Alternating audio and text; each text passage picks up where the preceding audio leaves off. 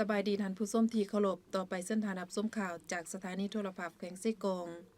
สหายสอนไส้สีพันดอนโอลมการนำลักแรงแขวงไส้กงโอกาสที่สหายสอนไส้สีพันดอนกรรมการกลุ่มการเมืองศูนย์กลางพรรค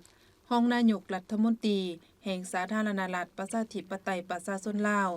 ผู้ชี้นำเศรษฐกิจพร้อมคณะ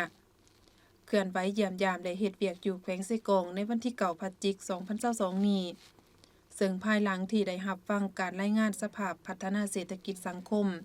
และความคืบหน้าของการจัดตั้งปฏิบัติ2วาระแห่งชาติจากสหายเหล็กไหลศรีวิไลกรรมการศูนย์กลางพรรคเลขาพรรคแขวงเจ้าแขวงไส้กงสหายก็ได้โอล้มการนำลักแรงของแขวงไส้กงซึ่งเน้นให้คณะพรรคคณะนำทุกคัน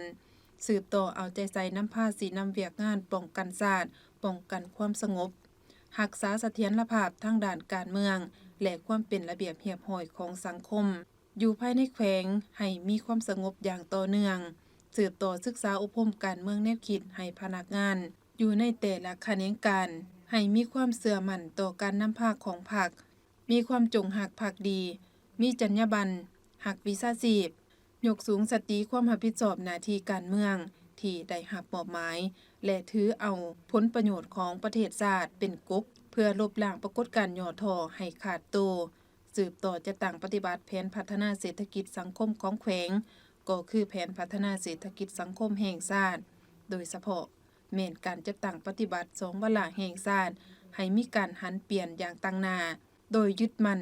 ตามหลักการนำพาของพรรคและการคุ้มครองของรัฐด้วยระเบียบกฎหมายต้องยึดถือ3หลักการต้นโตคือเด็ดขาดโปร่งใสและมืออาชีพหรือหลักวิชาการ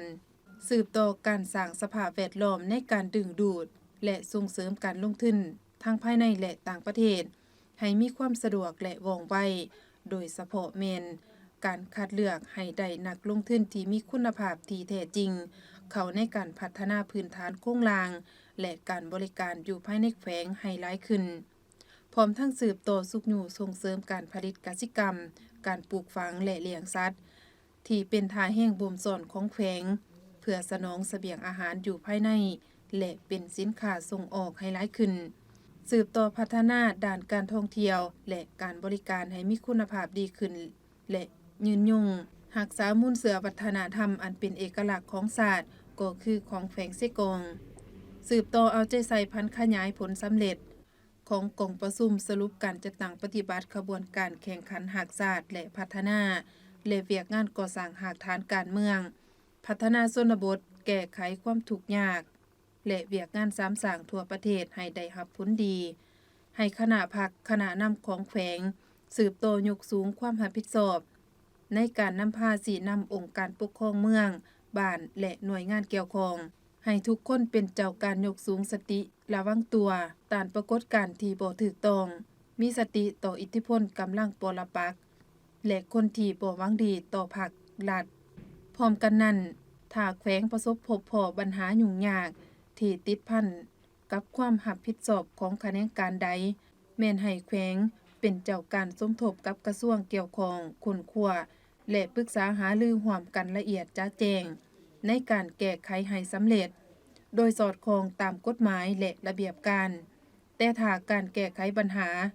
หากยังบ่ทันสามารถแก้ไขได้ก็ให้แขวงสมทบกับภาคส่วนที่เกี่ยวข้องเฮ็ดรายงานเป็นอันเฉพาะ